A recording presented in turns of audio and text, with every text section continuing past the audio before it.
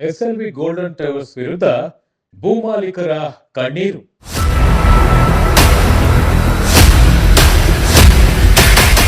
ಈ ಜೆಡಿಗಳನ್ನ, ಜೈನ್ ವೆಂಚರ್ಸ್ನ ಮತ್ತೆ ಈ ಬಿಲ್ಡರ್ಗಳನ್ನ ಇವ್ರನ್ನ ಯಾವುದೇ ಕಾರಣಕ್ಕೂ ನಂಬಕ್ ಹೋಗ್ಬೇಡಿ.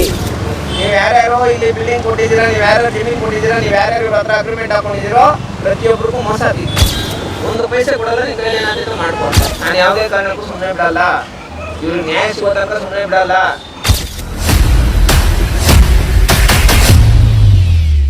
ನಮ್ದೊಂದು ಸಂಕಟ ಇರುತ್ತೆ, ಕೇಳಕ್ಕೆ ಹೇಳ್ತೀವಿ, ವಾಯ್ಸ್ ರೇಸ್ ಹಾಗೆ ಆಗುತ್ತೆ. ₹5 ನಿಮ್ಗೆ 5 ಕೊಡು, ಏನ್ ಮಾಡ್ಕೋ ಕೊಡಲ್ಲ. ನಮ್ದು ದೊಡ್ಡ ಇನ್ಫ್ಲೂಯೆನ್ಸ್ ಇದೆ, ನಾವು ನೋಡ್ಕೋತೀವಿ. ಕ್ಲಾರಿಟಿ ಇಲ್ಲ, ಅದನ್ನ ಕೇಳಕ್ ಬಂದಾಗ ರೂಢಿತ ಮಾಡ್ತಾರೆ. ಹೆಣ್ಮಗು ಬಿಡೋದು ಮಾತಾಡಕ್ಕೆ ಕೆಲಸ ಮಾಡೋರು ಹಿಂಗೇನ್ ಕಿರೀಟ ಹಾಕ್ಬೇಕು. ಇವಾಗ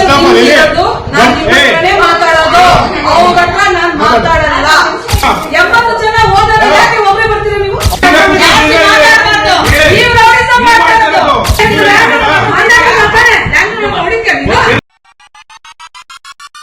ಬೆಂಗಳೂರಿನ ಯಲಹಂಕ ಕೋಗಿಲು ಕ್ರಾಸ್ ಬಳಿ ಇರುವ ಎಸ್ಎಲ್ವಿ ಗೋಲ್ಡನ್ ಟವರ್ಸ್ ಇವರಿಂದ ಭೂಮಾಲೀಕರಿಗೆ ಮೋಸವಾಗಿರುವ ಬಗ್ಗೆ ಅನೇಕ ಸಾರ್ವಜನಿಕರು ಸೇರಿದಂತೆ ಭೂಮಾಲೀಕರು ಆರೋಪ ಮಾಡುತ್ತಿದ್ದು, ಭೂಮಾಲೀಕರು ನ್ಯಾಯಕ್ಕಾಗಿ ಹೋರಾಡುವ ಪರಿಸ್ಥಿತಿ ಎದುರಾಗಿದೆ.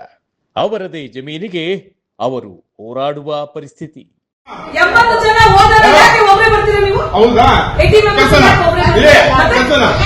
ಎಲ್ಲರೂ ಸಿಗ್ನೇಚರ್ ನೀವೇನ್ ತರಿಸ್ಬೇಡಿ, ಅವರೆಲ್ಲ ಸೈನ್ ಮಾಡಿರೋದು ನಮ್ಮ ಹತ್ರ ಇದೆ.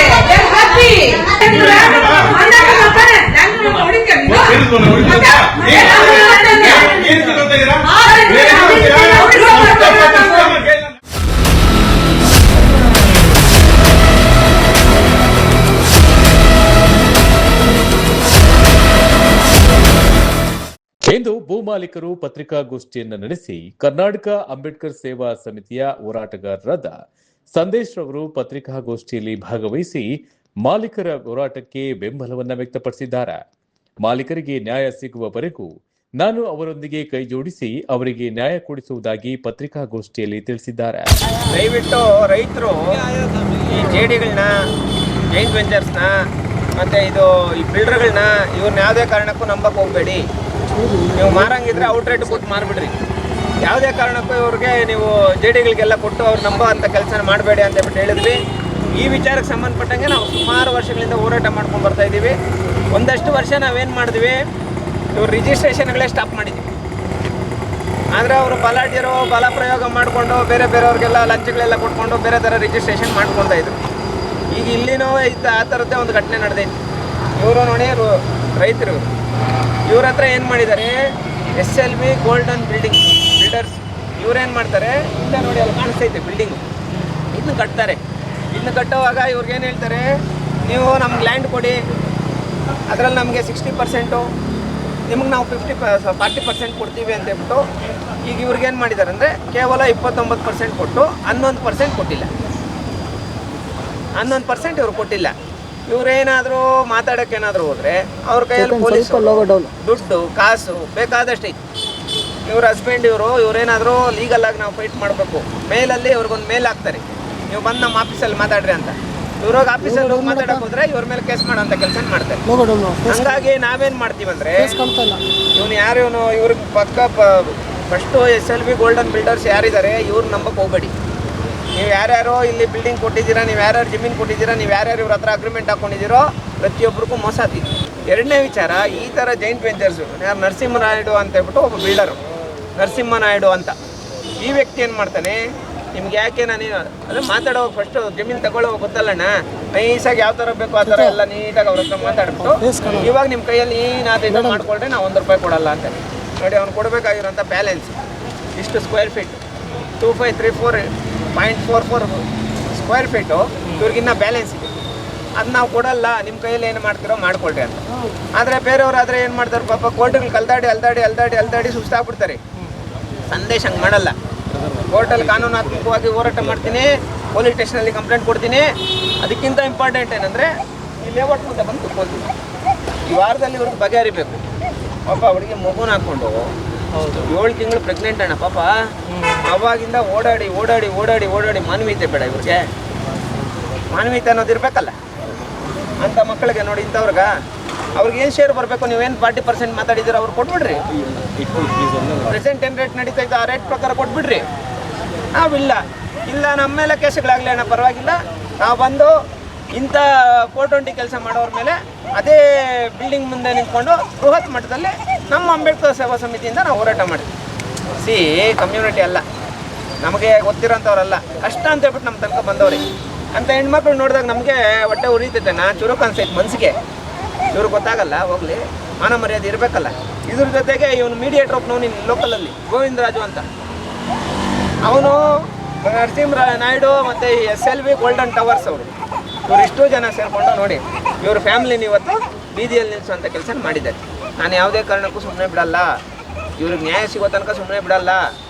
ಇದೇ SLV ಗೋಲ್ಡನ್ ಟವರ್ಸ್ ಮುಂದೆ ಕುತ್ಕೊಂಡು ಹೋರಾಟ ಮಾಡೇ ಮಾಡ್ತೀನಿ ನಾನು. ಇವಾಗ 40%ಅಲ್ಲಿ 29% ಕೊಟ್ಟವ್ರೆ, 29% ಕೊಟ್ಟವ್ರೆ. 11% ಯಾಕೆ ಕೊಟ್ಟಿಲ್ಲ? ₹1 ಆಗಲಿ 50 ರೂಪಾಯಿ ಎಷ್ಟದು ಸುಮಾರು ಏನಿಲ್ಲ ಅಂದ್ರೂ ಇನ್ನೂ ಒಂದು 5-6 ಕೋಟಿ ಬರಬೇಕಾಗ ಪಾಪ. 1 ಪೈಸೆ ಕೊಡಲ್ಲ, ನಿನ್ನ ಕೈಯಲ್ಲಿ ಏನಾಗ್ತೈತೋ ಮಾಡ್ಕೊ ಅಂತ. ಜನಪ್ರತಿನಿಧಿಗಳ ಕೈವಾಡ ಇಲ್ಲ.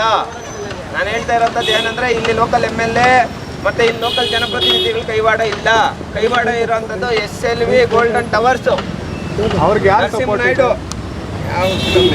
ನರಸಿಂಹ ನಾಯ್ಡು, ಗೋವಿಂದರಾಜು, ಇವರು 3 ಇವ್ರಿಗೆ ಅನ್ಯಾಯ ಆಗಿರೋದು.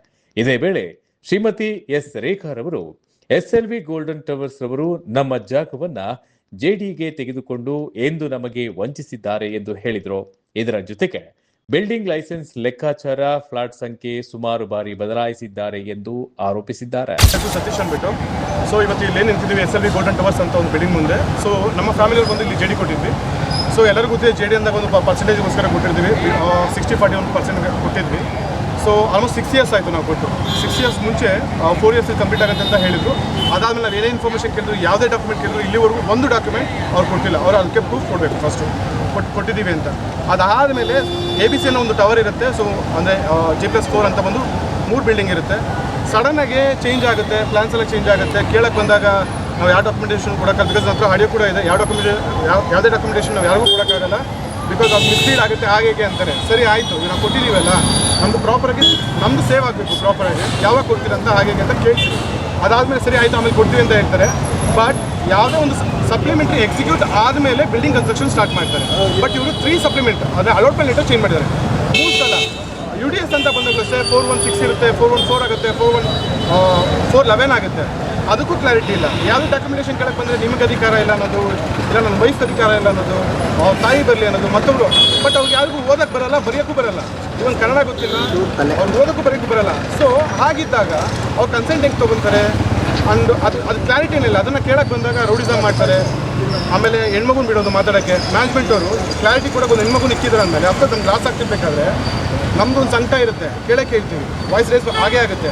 ಅದನ್ನು ಅವರು ಥ್ರೆಟನಿಂಗ್ ಮಾಡ್ತಾಯಿದ್ದೀವಿ ಅನ್ನೋದು, ಮತ್ತೊಂದು ಮಾಡ್ತಾಯಿದ್ದೀವಿ ಅನ್ನೋದು ಎಷ್ಟೊಂದು ಸಲ ಕೇಳಿದ್ದೀವಿ. ಲ್ಯಾಂಡ್ ಓನರ್ಸ್ ಎಲ್ಲರೂ ಕರೆಸಿ ಮಾತಾಡಿ ಅಂತ ಎಲ್ಲರೂ ಒಪ್ಕೊಂಡಿದ್ದಾರೆ, ಸೈನ್ ಮಾಡಿದ್ದಾರೆ.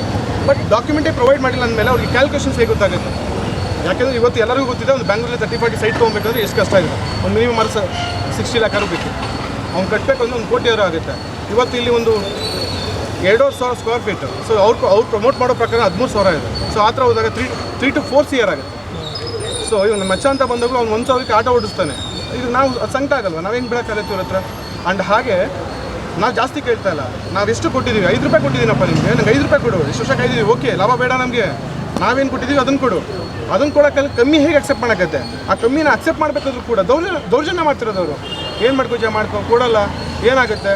ನಂಗೆ ದೊಡ್ಡ ಇನ್ಫ್ಲೂಯೆನ್ಸ್ ಇದೆ, ನಾವು ನೋಡ್ಕೋತೀವಿ, ಹಾಗೆ ತುಂಬ ಮಾತಾಡಿದ್ದಾರೆ. ಇದು ಸಾಲ್ವ್ ಆಗಲಿ ನಾನು ಆಡಿಯೋಗಳು ರಿಲೀಸ್ ಮಾಡ್ತೀನಿ ಫರ್ದರ್. ಅವ್ರು ಮಾತಾಡಿದ್ದಾರೆ, ದೊಡ್ಡ ಹೆಸರುಗಳನ್ನ ತೊಗೊಂಡಿದ್ದಾರೆ, ಮತ್ತೊಂದು ಏನೇನು ಮಾಡಿದ್ದಾರೆ ಎಲ್ಲದಕ್ಕೂ ಪ್ರೂಫ್ ಇದೆ. ಆ್ಯಂಡ್ ಇನ್ನೊಂದು ಅವ್ರಿಗೆ Feb ಮಂತಲ್ಲಿ ನನ್ನ ವಯಸ್ಸು 7 ಮಂತ್ಸ್ ಇದ್ದಾಗ ನಾನು ಇಲ್ಲಿ ಬರೋಕ್ಕೆ ಸ್ಟಾರ್ಟ್ ಆಗಿದ್ದು, ನನಗೆ ಇಶ್ಯೂಗಳು ಗೊತ್ತಾಗಿದ್ದು.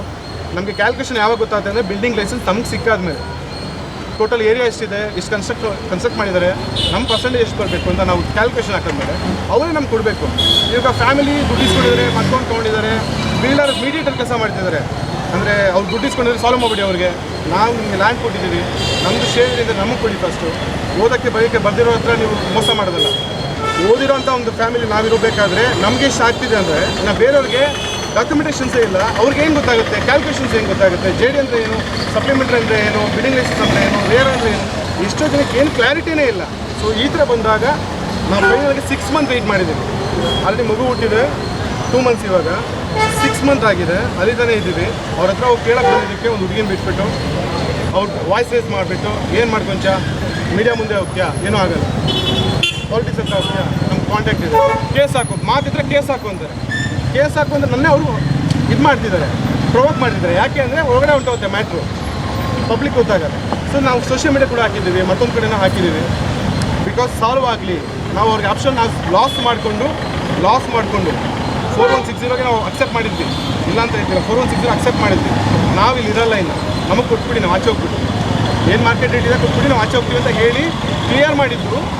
MOU ಎಲ್ಲ ಬ್ರೀಚ್ ಮಾಡಿ ಫೈನಲಾಗಿ ಎಲ್ಲ ಮಾಡಿ ಇವಾಗ ಏನು ಆಗುತ್ತಾಗಿ. ಬಿಕಾಸ್ ಅವಾಗ 7th ಫ್ಲೋರ್ ಇತ್ತು, ಇವಾಗ 11th ಫ್ಲೋರ್ ಆಗಿದೆ. ಬಿಕಾಸ್ ಕಂಪ್ಲೀಷನ್ ಟೈಮ್ ಅದು. ಇವಾಗ ಯಾರೋ ಅನ್ಕೊಬೋದು ಕಂಪ್ಲೀಷನ್ ಆಗ್ತಿದೆ, ಲಾಭಕ್ಕೋಸ್ಕರ ಬಂದು ಜಗಳ ಆಗ್ತಿದ್ದಾರೆ ಅಂತ.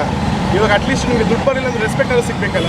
ಒಂದು ಹೆಣ್ಮಗು ಬಂದು ಮಾತಾಡಬೇಕಾದ್ರೆ ನಿಮ್ಗೆ ಅಧಿಕಾರನೆಲ್ಲ ಹೋಗುವಂದಾಗ of course as a responsible person, as a family person ನಾನು ನಿಂತ್ಕೊಂಡು ಮಾತಾಡಲೇಬೇಕು. ಅದಕ್ಕೋಸ್ಕರ ನಾನು ನಿಂತ್ಕೊಂಡು ಮಾತಾಡಿದೆ. ಸೊ ಅದಕ್ಕೋಸ್ಕರ ಬಿಟ್ಟು ಸಂದೇಶನೂ ಕೂಡ ನಾನು ಮೀಟಾಗಿ ಬರಬೇಕು ಅಂದಾಗ ಅವರು ಕೂಡ ಬಂದು ನ್ಯಾಯ ಕೊಡಿಸ್ತಾ ಇದ್ದಾರೆ. ಏನೇ ಆಗಲಿ, ಬೆಂಗಳೂರಿನಲ್ಲಿ ದಿನೇ ದಿನೇ ಭೂಮಾಫಿಯಾ ತಲೆ ಎತ್ತಿ ನಿಲ್ಲುತ್ತಿದೆ. ಭೂಮಿ ಕಳೆದುಕೊಂಡವರ ಗೋಳು ಕೇಳುವರಾರು ಇಲ್ಲ. ಶಾಸಕರಾಗಲಿ ಅಧಿಕಾರಿಗಳಾಗಲಿ ದಯಮಾಡಿ ಇಂಥ ಅನ್ಯಾಯದ ಕಡೆ, ಭೂಮಾಫಿಯಾ ಕಡೆ ಗಮನ ವಹಿಸಿ ಜನಸಾಮಾನ್ಯರು ನೆಮ್ಮದಿ ಜೀವನ ಮಾಡಲು ಸಹಕರಿಸಿ ಎಂದು ಭೂಮಾಲೀಕರು ಮನವಿ ಮಾಡಿದ್ದಾರೆ. ಇಂಥ ಭ್ರಷ್ಟರನ್ನ ಸರ್ಕಾರ ಕಠಿಣ ಕ್ರಮ ಕೈಗೊಂಡು ಶಿಕ್ಷೆಗೆ ಒಳಪಡಿಸಿ ಎಂದು ಮನವಿ ಮಾಡಿದ್ದಾರೆ ನೊಂದ ಭೂಮಾಲೀಕರು.